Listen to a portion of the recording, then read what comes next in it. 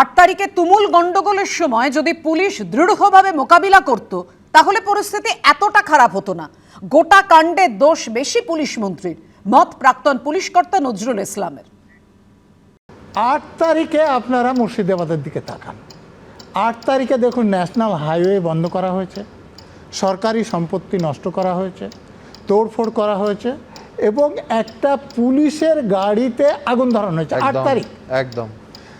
এবং যখন পুলিশের গাড়িতে আগুন ধরানো হয়েছে, পুলিশের লোকেরা আপনারা যা দেখিয়েছেন সেটা যদি সত্যি হয় তাহলে একটা দোকানে ভেতর থেকে শাটার টেনে দিচ্ছে, এইভাবে নিজেদের প্রাণ রক্ষা করছে, অন্যদের প্রাণ বাঁচানোর জায়গা। 8 তারিখের ঘটনা দেখুন, আমি ব্যক্তিগতভাবে বলছি যে এই 8 তারিখেই যদি পুলিশ দৃঢ়ভাবে নিরপেক্ষতার সঙ্গে এই আন্দোলনটার মোকাবেলা করতেন তাহলে 11 তারিখ 12 তারিখ যা ঘটেছে এটা ঘটতে পারত না। যেভাবে তিনি পুলিশকে নিষ্ক্রিয় করে রেখেছেন এবং 8 তারিখের ঘটনা আপনাকে বললাম, তারপরে 11 তারিখে যে রিপোর্টের কথা বলছেন, হাইকোর্ট এখনও প্রকাশ করেনি রিপোর্টটা, আপনারা সংবাদ সংস্থা বলছেন, আপনারাও দেখাচ্ছেন, বিভিন্ন চ্যানেলে যেটা দেখানো হচ্ছে যে সেখানে শাসক দলের শুধু সাধারণ লোক নয়, যিনি প্রাক্তন কাউন্সিলর, যার স্ত্রী বোধহয় এখনও কাউন্সিলর, তার নাম পরিষ্কারভাবে এসছে এবং অন্য আর একটা যে নাম এসেছে এমএলএর নামও এসেছে। তাহলে তৃণমূলের নেতারা এই রকম অপরাধ করছেন, পুলিশকে ফোন করা হচ্ছে, পুলিশ ফোনও ধরছেন না, এর দায়িত্ব কার? পুলিশ মন্ত্রী চাইতেন যে পুলিশ ব্যবস্থা নেবে, তাহলে পুলিশের বাবার ক্ষমতা আছে যে এরকম ফোন ধরবে না এবং কোনো ব্যবস্থা নেবে না এবং লোকগুলোকে বেছে বেছে বাড়ি থেকে বের করে খুন করা হবে। এটা মমতা ব্যানার্জি করিয়েছেন, অন্য কেউ দায়ী না।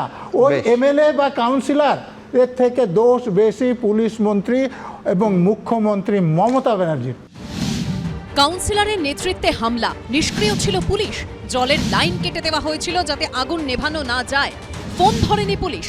মুর্শিদাবাদের দাঙ্গা নিয়ে হাইকোর্টের তৈরি 3 সদস্যের তদন্ত কমিটির রিপোর্টে এমনই বিস্ফোরক সব তথ্য উঠে এসেছে বলে সংবাদ সংস্থা এনআই সূত্রে খবর, যার ফলে মমতা বন্দ্যোপাধ্যায় সরকার, পুলিশ প্রশাসন চরম অস্বস্তিতে পড়ল। সেই সঙ্গে তৃণমূলের বহিরাগত তত্ত্বও জোরালো ধাক্কা খেল। এবার তো মুখ্যমন্ত্রীর পদত্যাগ করা উচিত। যে রিপোর্ট দেওয়া হয়েছে এটা তো মুখ্যমন্ত্রীর মুখে কালি মাখানো হয়েছে।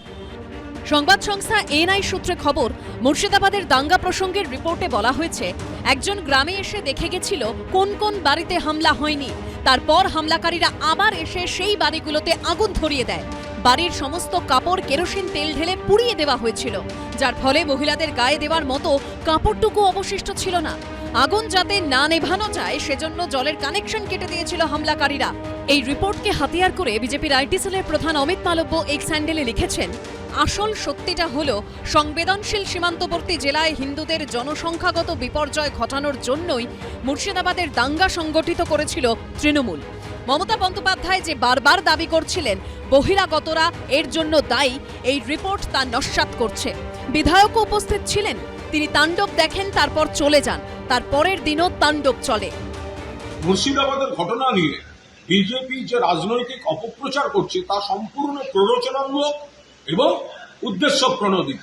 কি করে বাইরের লোকেরা ঢুকলো, সীমান্তের ওপাশ থেকেও ঢুকতে পারে, এপাশ থেকে কিভাবে বাইরের লোকেরা ঢুকে করলো। एक बात बहुत स्पष्ट हो गई है कि हिंसा का प्रकार चाहे कोई भी हो, राजनीति का प्रकार चाहे कोई भी हो, वार सिर्फ और सिर्फ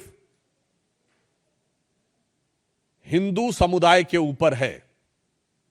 अगर पहलगांव में चुन चुन कर हिंदुओं को मारा गया तो मुर्शिदाबाद में चुन चुन कर हिंदुओं के घर, मकान और लोगों को मारने का प्रयास किया गया।